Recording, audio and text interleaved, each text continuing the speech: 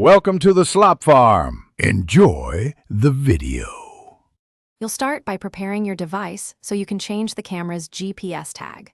First, enable developer options and turn on the mock locations feature or choose a mock app.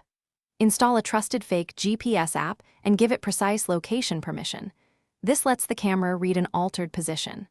Once done, open the fake GPS app and drop a pin near your desired coordinates. This is the key step that tells the system where you want photos to appear as taken.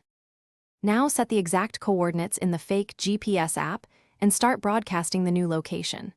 Make sure the mock service is active in developer options and check that the OS reports the modified latitude and longitude.